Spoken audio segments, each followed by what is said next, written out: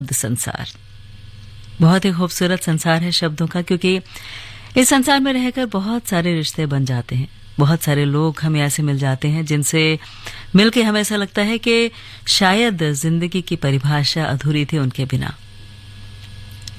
लेकिन जानते हैं, एक बात ऐसी भी सुनी कि जो कह दिए वो शब्द थे, जो कह दिए वो शब्द थे, जो नहीं कह सके वो अनुभव, और जो कहना चाहते हैं पर नहीं कह पाते वो है मर्यादा। लेकिन इस मर्यादा में रहकर भी बहुत सारे शब्दों को कहा बहुत सारे लोगों ने, चाहे वो साहित्य की बात हो या किसी नाटक की बात हो, किसी कविता की बात हो, किसी व्यंग की बात हो, किसी कहानी की बात हो। बस ऐसे ही शब्दों में जब मर्यादा भी थी, जब अनुभव भी थे और जब शब्द भी थे, वो पिरोकर आए तो बन गया यही शब्द संसार, जिसे लेकर आते हैं हम आकाशवाणी एफएम गोल्ड पर, यानी 100.1 मेगाहर्ट्ज पर। मैं हूं पूनम आपके साथ। स्वागत आप सभी का दिल से। शुरुआत करते हैं दिल के ही इस प्यारे से गीत के साथ जो दिल के बहुत करीब है।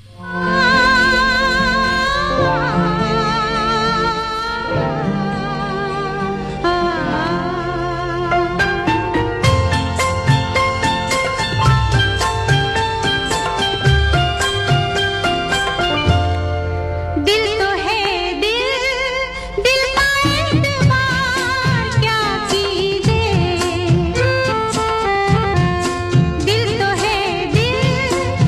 का एतबार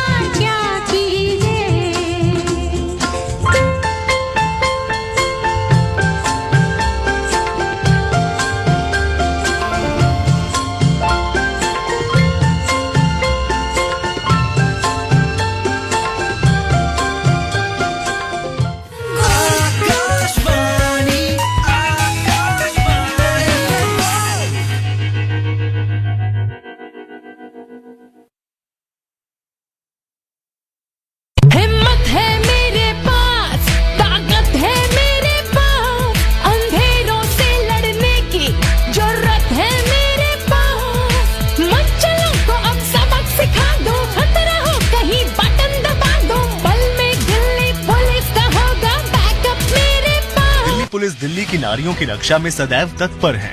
अगर आप किसी भी संदिग्ध परिस्थिति में फंसे हों, तो हिम्मत प्लस ऐप में दिए गए SOS बटन दबाएं, ताकि दिल्ली पुलिस तत्काल आपकी मदद के लिए लोकेशन पर तत्पर हो सके। यही नहीं, एक अन्य मोबाइल ऐप तत्पर के माध्यम से भी नजदीकी थानों में सहायता प्राप्त की जा सकती है, अथवा किसी भी इमरजेंसी में 112 पर कॉल करें। दिल्ली पुलिस द्वारा जनहित में जारी।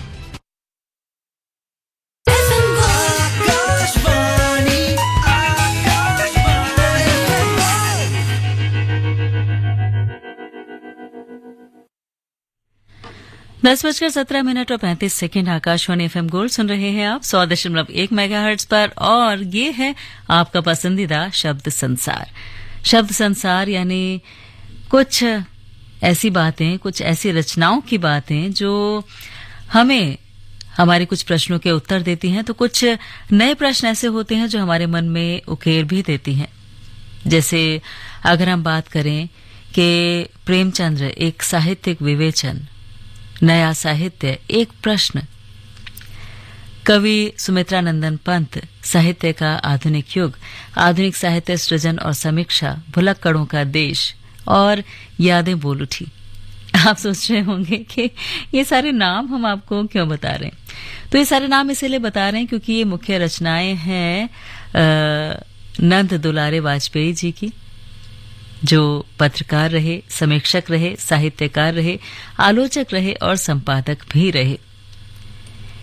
एक ऐसा नाम जिन्होंने बहुआयामी प्रतिभा का अपने आप में जो समावेश रखा, वो युगों युगों तक याद रहेगा।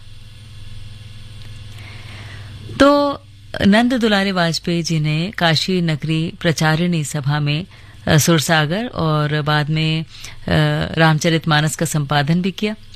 काशी हिंदू विश्वविद्यालय में हिंदी विभाग में अध्यापक रहे, और उसके अलावा जो साहित्य है उसके क्षेत्र में तो बहुत कुछ उन्होंने किया।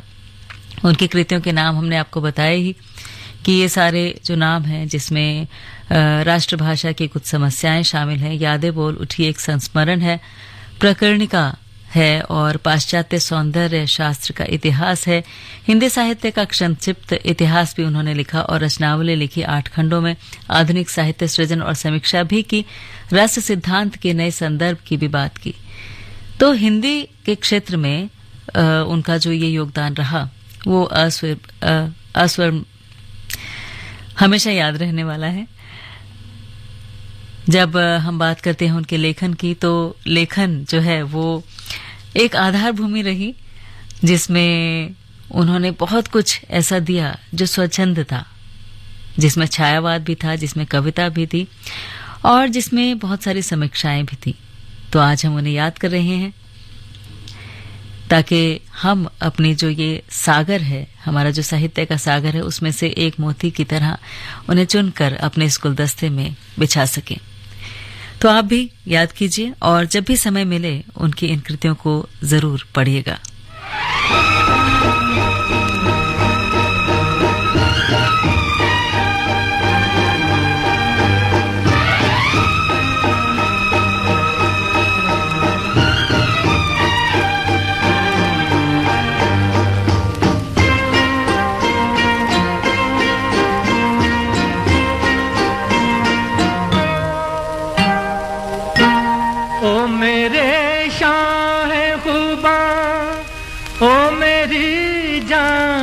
जाना तुम मेरे पास होते हो, कोई दूसरा नहीं होता। तुम मेरे पास होते हो, कोई दूसरा नहीं होता।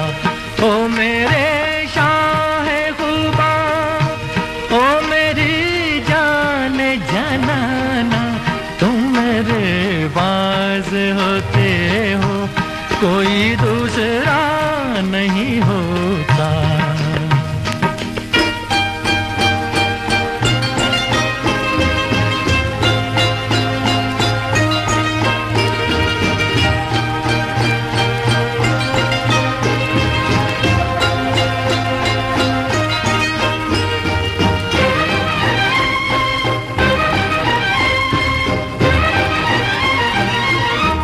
कब ख्यालों हर कदम पर शमा सी जलती है, मेरा साया जिधर भी जाता है, तेरी तस्वीर साथ चलती है। ओ मेरे शाहे खुदा, ओ मेरी जान जानाना, तुम मेरे पास होते हो कोई दूसरा नहीं होता, तुम मेरे पास होते हो कोई दूसरा नहीं होता।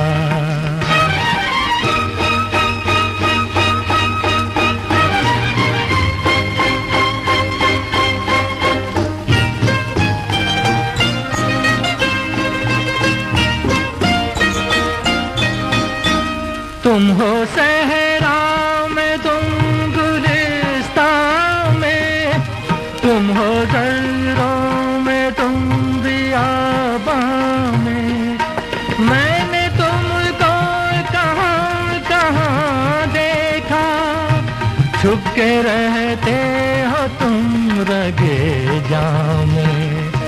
ओ मेरे शाहे खुदा, ओ मेरी जान जानाना, तुम मेरे पास होते हो कोई दूसरा नहीं होता, तुम मेरे पास होते हो कोई दूसरा नहीं होता।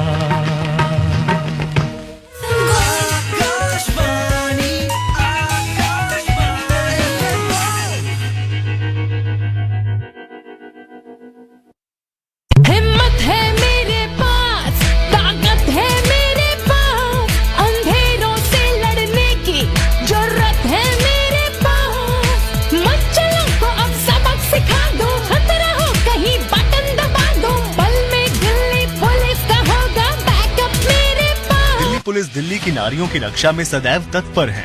अगर आप किसी भी संदिग्ध परिस्थिति में फंसे हों, तो हिम्मत प्लस ऐप में दिए गए SOS बटन दबाएं, ताकि दिल्ली पुलिस तत्काल आपकी मदद के लिए लोकेशन पर तत्पर हो सके। यही नहीं, एक अन्य मोबाइल ऐप तत्पर के माध्यम से भी नजदीकी थानों में सहायता प्राप्त की जा सकती है, अथवा किसी भी इमरजेंसी में 112 पर कॉल करें। दिल्ली पुलिस द्वारा जनहित में जारी।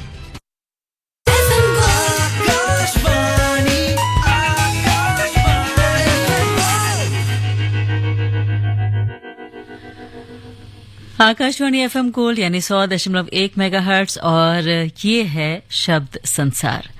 कुछ शब्द आपके, कुछ हमारे, और कुछ उन साहित्यकारों के जिनसे मिलकर, जिनसे बात करके या जिनके बारे में जानकर हमें ऐसा लगता है कि कहीं ना कहीं हम शायद कुछ मिस कर रहे थे, शायद हमने इस बारे में सोचा ही नहीं, शायद हमने ऐसा अनुभव ही नहीं किया।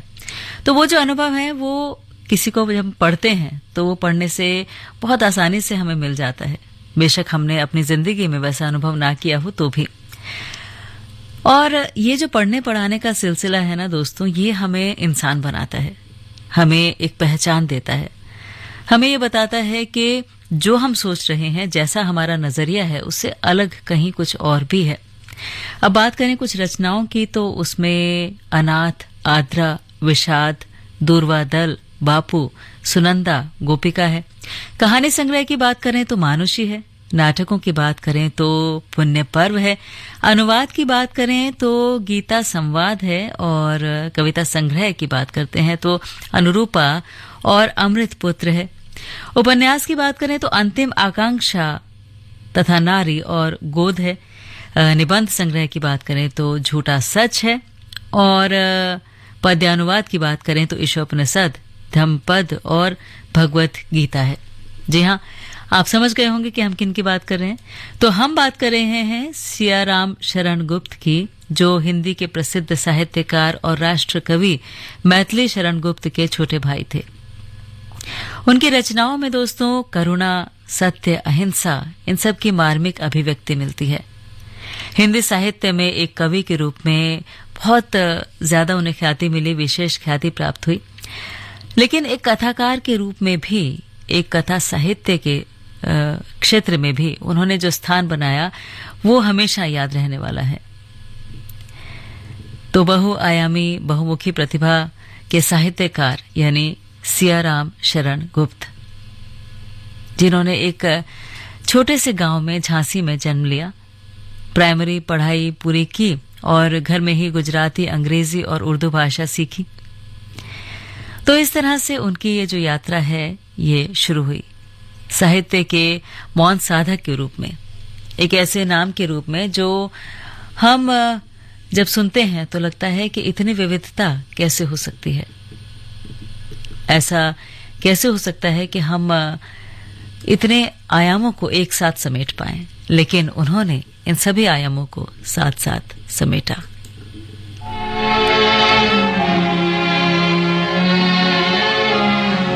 या दिल की सुनो दुनिया वालों, या मुझको अभी चुप रहने दो, मैं गम को खुशी कैसे कह दूं, जो कहते हैं उनको कहने दो। या दिल की सुनो दुनिया वालों, या मुझको अभी चुप रहने दो, मैं गम को खुशी कैसे कह दूं, जो कहते हैं उनको कहने दो। या दिल की सुनो दुनिया वालों।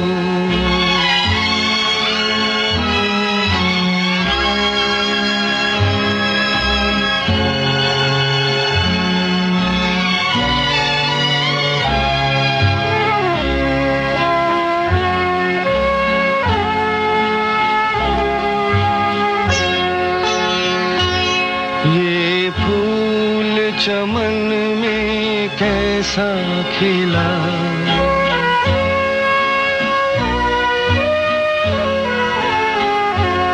ये फूल चमन में कैसा खिला, माली की नजर में प्यार नहीं, हंसते हुए क्या क्या देख लिया, अब बहते हैं आंसू बहने दो। या दिल की सुनो दुनिया वालों।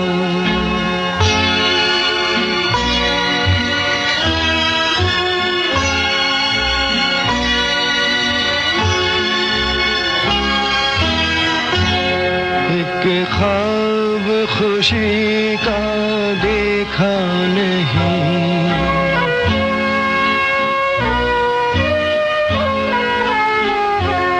एक ख्वाब खुशी का देखा नहीं, देखा जो कभी तो भूल गए, मांगा हुआ तुम कुछ दे न सके, जो तुमने दिया वो सहने दो। या दिल की सुनो दुनिया वालों।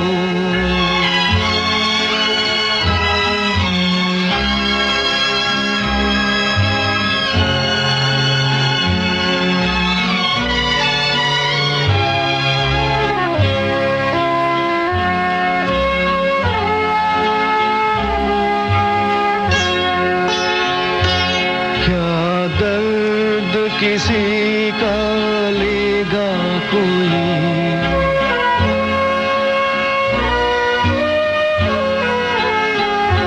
क्या दर्द किसी का लेगा कोई, इतना तो किसी में दर्द नहीं, बहते हुए आंसू और बहे, अब ऐसी तसल्ली रहने दो। या दिल की सुनो दुनिया वालों, या मुझको अभी चुप रहने दो, मैं गम को खुशी कैसे कह दूं, जो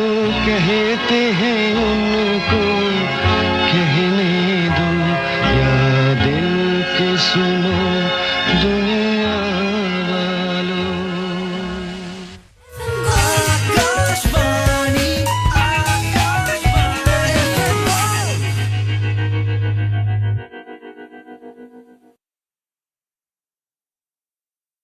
प्रिय दिल्ली वासियों, भारत G20 देशों की अध्यक्षता कर रहा है, जिसके शीर्ष सम्मेलन की मेजबानी का गौरव भारत को प्राप्त हुआ है। 7 से 10 सितंबर तक चलने वाले G20 शिखर सम्मेलन में विभिन्न देशों के राष्ट्राध्यक्षों की सुरक्षा और सुविधा सुनिश्चित करने के लिए दिल्ली पुलिस ने विशेषतः इन 4 दिनों के लिए व्यापक व्यवस्थाएं की हैं। कुछ सड़कों और नई दिल्ली जोन में आवागमन प्रतिबंधित होगा, जिसकी जानकारी दिल्ली पुलिस की यातायात गाइडलाइंस में और गूगल मैप्स पर भी उपलब्ध होगी।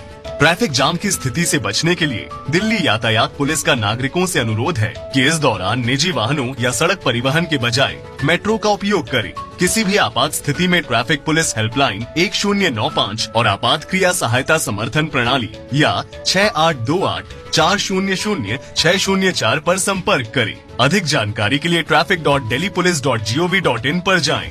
आइए G20 शिखर सम्मेलन को सफल बनाने के लिए हम सब मिलकर अतिथि देवो भव की भावना के साथ आगे आएं और अपनी शानदार मेजबानी से विश्व में दिल्ली एवं भारत की प्रतिष्ठा को बढ़ाने में पूरा सहयोग करें। जय हिंद।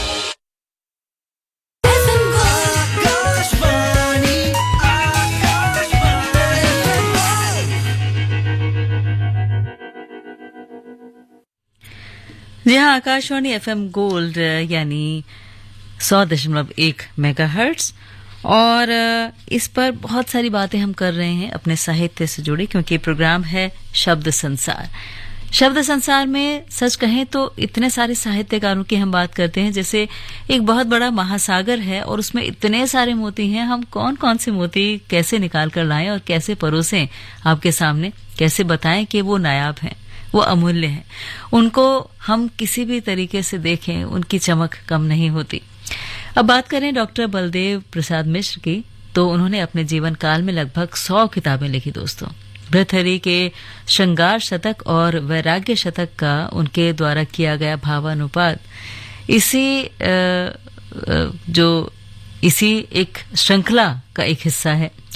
महाकाव्य कौशल किशोर का प्रकाशन, ये भी एक उनकी उपलब्धि रही। मुक्तक संग्रह, जीवन संगीत और बाकी भी बहुत सारे प्रकाशन हुए, जैसे जो मानस के 4 प्रसंग हैं, इनकी बात करें, या फिर हम बात करें शंकर दिग्विजय की, तो ये भी बहुत उल्लेखनीय है। तो उनकी रचनाओं और पुस्तकों की एक बहुत लंबी सूची हमारे पास है। वैसे परिचय आपको दें तो उनका जन्म हुआ था 12 सितंबर सन 1898 को एक छोटे से गांव में, राजनांद गांव में। पिता पंडित नारायण प्रसाद और माता जानकी देवी थी और उन्होंने नागपुर में रहकर अपनी जो ग्रेजुएशन थी वो की, यानी BA किया, फिर मनोविज्ञान में MA किया, LLB भी किया और तुलसी दर्शन में D.Litt की उपाधि अर्जित की। तो इतना शोध कार्य उन्होंने किया, ये जो D.Litt की उपाधि भी अर्जित की, इससे ये पता लगता है कि उन्हें पढ़ने पढ़ाने का शौक कितना ज्यादा था, साहित्य में उनकी रुचि कितनी ज्यादा थी और यही उनका कर्म क्षेत्र भी रहा। साहित्यकार के रूप में, न्यायविद के रूप में वो हमेशा जाने जाते रहे और जाने जाते रहेंगे। इसीलिए जब उन्हें हम याद कर रहे हैं तो लग रहा है कि उनकी लिखी कृतियों को जब हम पढ़ेंगे तो जाने क्या क्या भाव हमारे मन में उदित होंगे और उन भावों को जब हम सोचेंगे तो हमारे जीवन में बहुत सारी बाधाएं हट ली जाएंगी या बहुत कुछ ऐसा होगा जो हमें लगेगा कि खामखा ही हम इन छोटी छोटी बातों से परेशान रहे। जिंदगी इससे कहीं बड़ी है, क्षितिज तक दूर तक दिखाई देती, अलग अलग रंगों में फैली हुई। ये जिंदगी इतने आयामों के लिए है कि हम छोटी छोटी बातों से जो दुखी हो जाते हैं, मनमुटाव कर बैठते हैं या फिर परेशान होते हैं, उनकी कहीं गुंजाइश ही नहीं है। बस यही है जिंदगी की एक परिभाषा जो साहित्य से हमें देखने को मिलती है।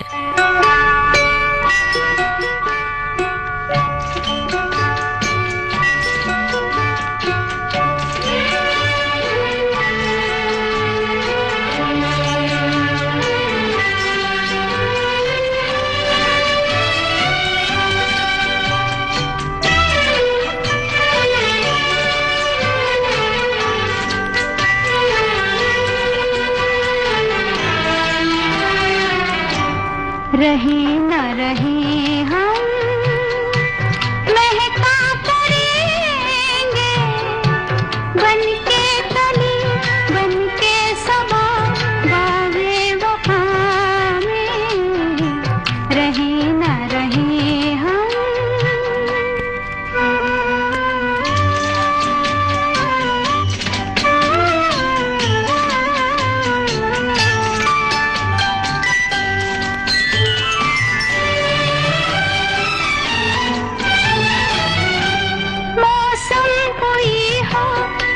चमन में रंग बनके रहेंगे हम खिराम चाहत की खुशबू यूं ही जुल्फों से उड़ेगी खिजा हो या बहार यूं ही झूमते और खिलते बनके कली बनके सबा बागे वफा में रहे न रहे हम महका करेंगे बनके कली बनके सबा बागे वफा में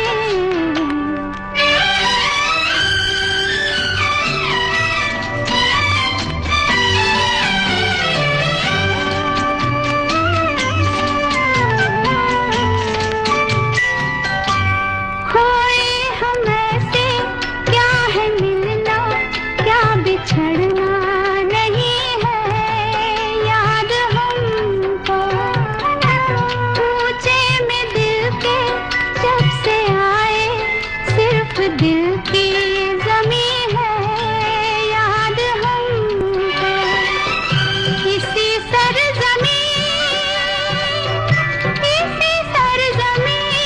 पे हम तो रहेंगे बनके कली बनके सबा बागे वफा में रहे न रहे हम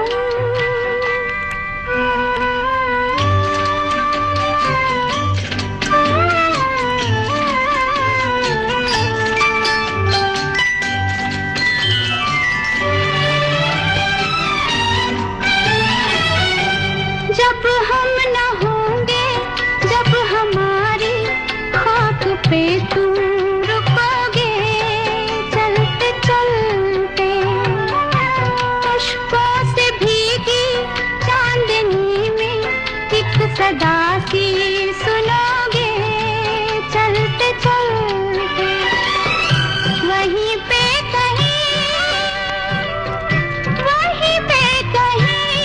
हम तुमसे मिलेंगे बनके कली बनके सबा बागे वफा में रहे न रहे हम महका करेंगे बनके कली बनके सबा बागे वफा में रहे न रहे हम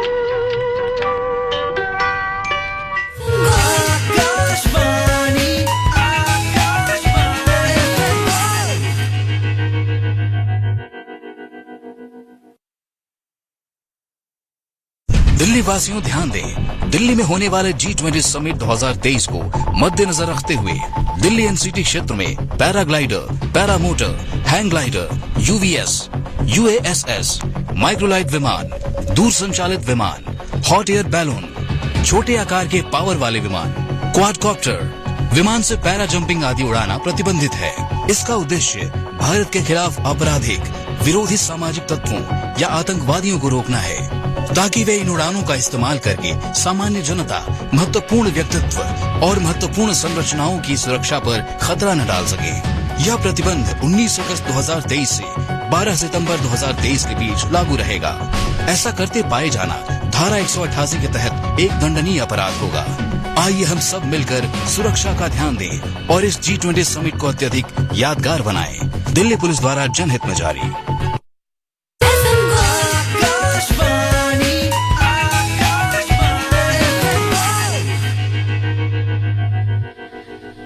तो स्वागत एक बार फिर आपका आकाशवाणी एफएम गोल्ड पर यानी शब्द संसार में, जिसे आप सुन रहे हैं 100.1 मेगाहर्ट्ज पर। तो हम बात कर रहे थे शब्द संसार में बहुत सारे साहित्यिक रचनाओं की, ऐसे बहुमुखी प्रतिभा वाले व्यक्तियों की जिन्होंने साहित्य में बहुत योगदान दिया, अपना जीवन पूरा दे दिया। और इसी श्रृंखला में बात करते हैं अंबिका प्रसाद दिव्य की, जो भारत के जाने माने शिक्षाविद और हिंदी साहित्यकार रहे। अंबिका जी एक ऐसे साहित्यकार रहे जिन्होंने अंग्रेजी, संस्कृत, रूसी, फारसी और उर्दू सहित कई भाषाओं में लिखा भी और उसकी जानकारी भी प्राप्त की। अगर हम उनकी मुख्य रचनाओं की बात करें तो उसमें नाम आता है प्रिताद्री की राजकुमारी का, सती का पत्थर, अंतर्जगत, भारत माता। और अगर हम बात करें उनके सम्मानों और पुरस्कारों की, तो उन्हें स्मृति प्रतिष्ठा पुरस्कार मिला, जिसे संक्षेप में दिव्य पुरस्कार भी कहा जाता है।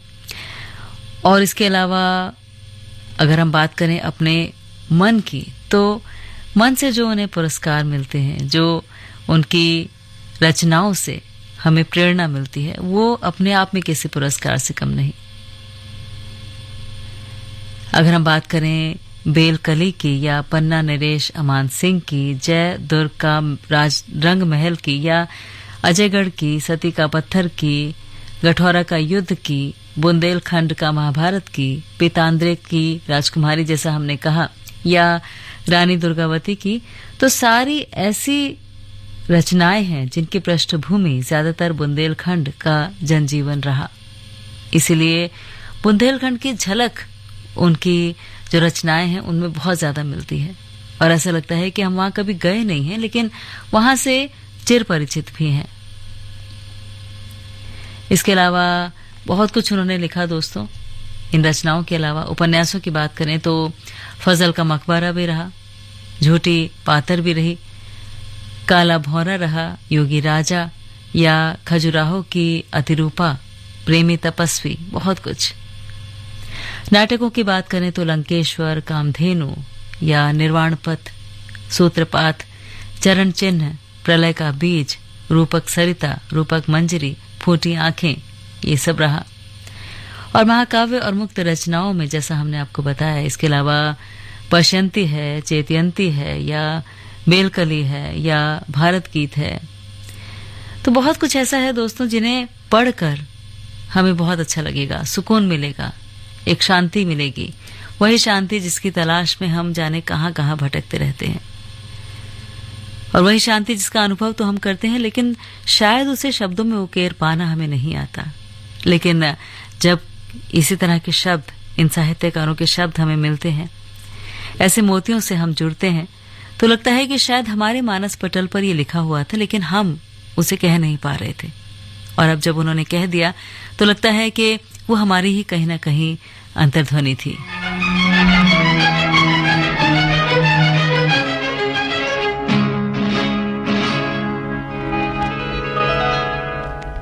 मैं कहीं कवि न बन जाऊं तेरे प्यार में है कविता, मैं कहीं कवि न बन जाऊं तेरे प्यार में है कविता, मैं कहीं कवि न बन जाऊं।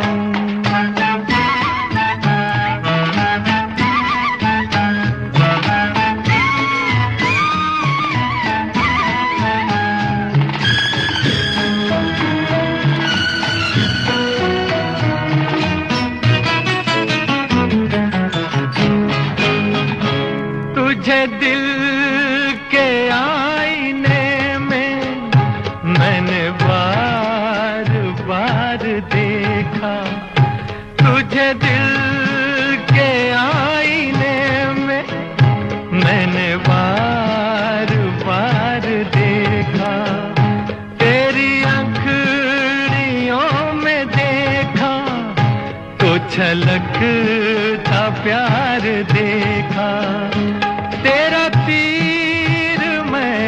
देखा तो जिगर के पार देखा, मैं कहीं कभी न बन जाऊं तेरे प्यार में है कविता, मैं कहीं कभी न बन जाऊं तेरे प्यार में है कविता, मैं कहीं कभी न बन जाऊं।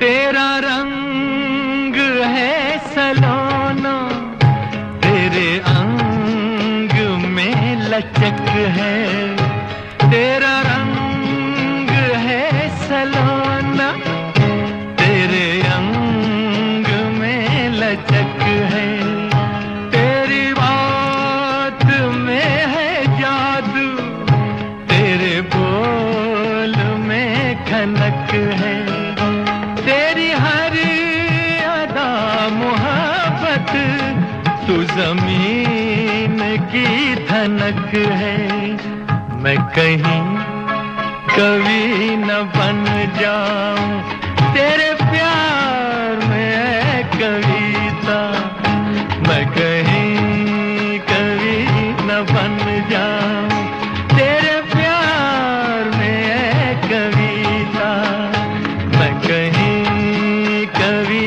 न बन जाऊं।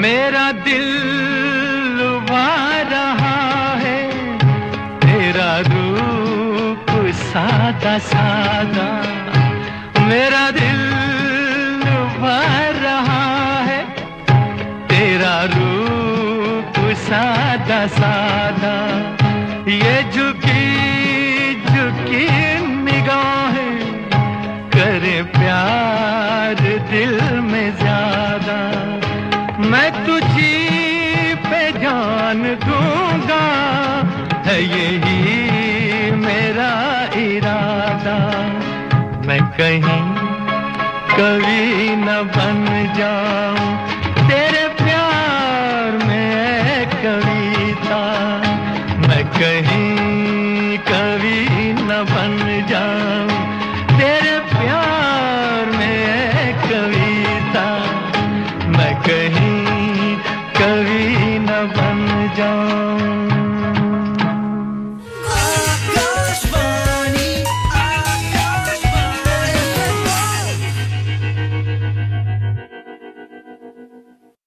रोहन बेटा, जरा दादी की लाठी लाना। अरे मम्मी, आपको दादी की लाठी की क्या जरूरत पड़ गई? क्या हो गया? बेटा जोड़ों में बहुत दर्द है, चला नहीं जा रहा। अरे मम्मी, आपको तो बुखार है और जोड़ों में दर्द भी, ये तो चिकनगुनिया हो सकता है। जी हाँ, चिकनगुनिया के लक्षण जैसे तेज बुखार, सिर दर्द और जोड़ों में तेज दर्द हो तो निकटतम स्वास्थ्य केंद्र या अस्पताल से संपर्क करें। चिकनगुनिया से न घबराएं, खुद को और अपने परिवार को मच्छरों के काटने से बचाएं। स्वास्थ्य एवं परिवार कल्याण मंत्रालय, भारत सरकार द्वारा जनहित में जारी। ले चलेंगे आपको उस स्थान की यात्रा पर जहां आपकी यात्रा को अद्वितीय बनाने के लिए होंगी ढेर सारी जानकारियां। और इस यात्रा में अपने अनुभवों को साझा करते हमारे मेहमान, इन सब का संग्रह आप सुन सकेंगे FM गोल्ड चैनल पर प्रतिदिन सुबह 11:10 से 12 बजे तक कार्यक्रम तस्वीर में।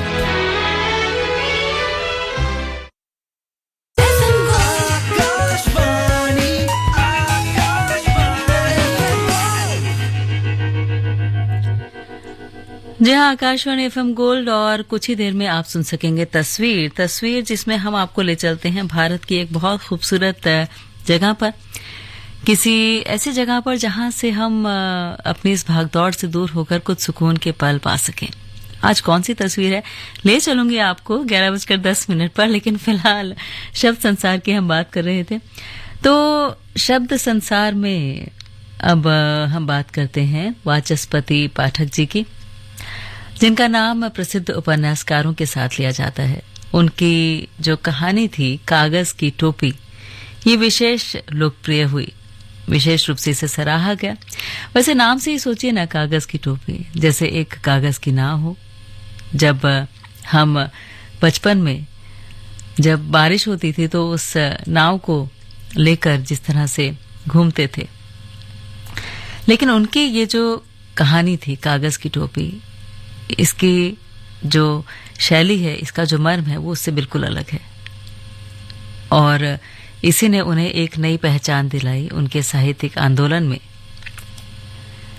सच कहें तो एक महत्वपूर्ण कथाकार, एक उल्लेखनीय संपादक, कला प्रेमी, कला संग्राहक, इतनी उत्कृष्ट रचनाएं उन्होंने लिखी कि सम्मान दिलाने की सक्रियता अपने आप देखते ही बनती गई। उन्होंने संपादित की 21 कहानियां और नए एकांकी, ये एक उल्लेखनीय संग्रह रहा। इसके अलावा आपकी 2 कहानी संग्रह रहे द्वादशी और प्रदीप, ये भी प्रकाशित हुए। तो ये सब जो था, इसके साथ साथ और भी रचनाओं की बात अगर हम करें दोस्तों, तो सूरदास है या कल्पना है या फेरीवाला है, ये सब श्रेष्ठ रचनाएं रही। हिंदी जगत का एक ऐसा नाम जो धारा प्रवाह रहा, भावनात्मकता के साथ रहा, जिसमें कोमल भावनाएं रही उनकी लेखनी में। तो जीवन का कहीं ना कहीं एक उद्देश्य, समाज की विविधता, समाज की परिस्थितियां, सब कुछ समन्वित रहा।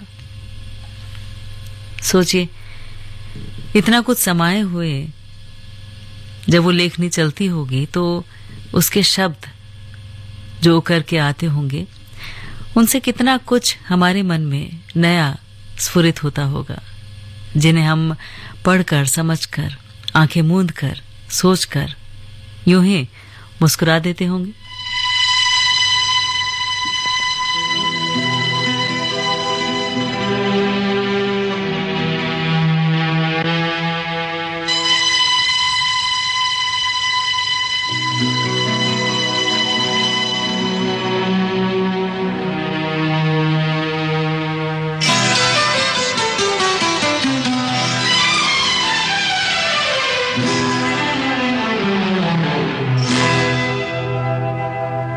मैं शायर तो नहीं, मैं शायर तो नहीं,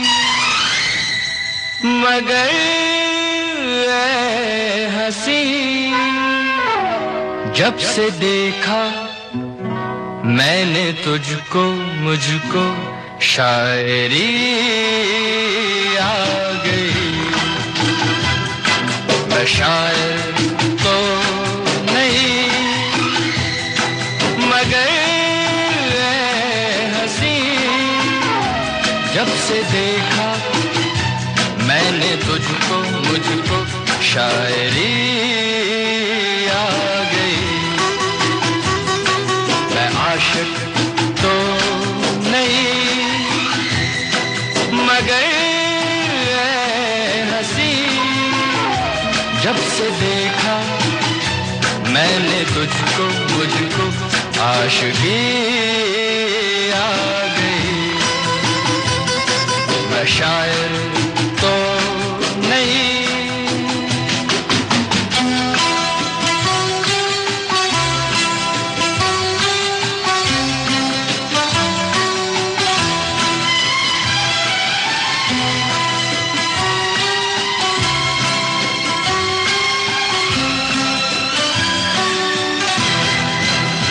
प्यार का नाम मैंने सुना था, मगर प्यार क्या है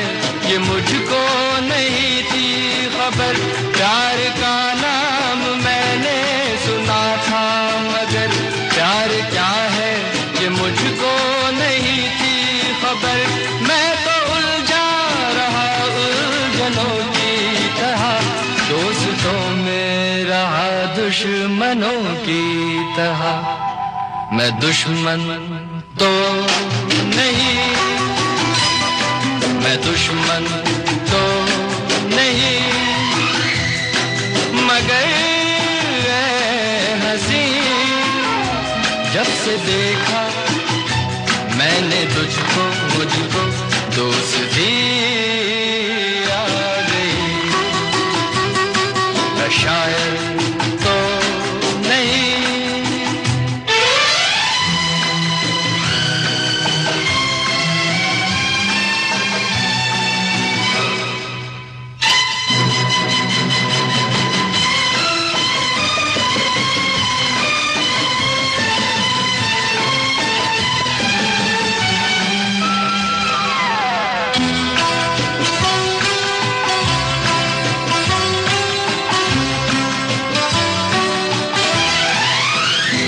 सोचता हूँ अगर मैं दुआ मांगता, हाथ अपने उठा कर मैं क्या मांगता।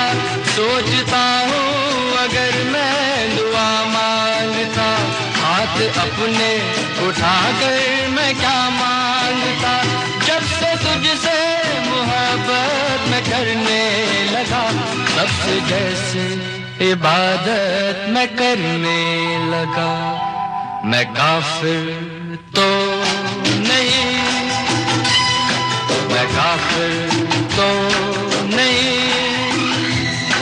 मगर हंसी जब से देखा मैंने तुझको, मुझको बंदगी आ गई। तो फिलहाल शब्द संसार यहीं तक, कुछ ही देर में आप सुन सकेंगे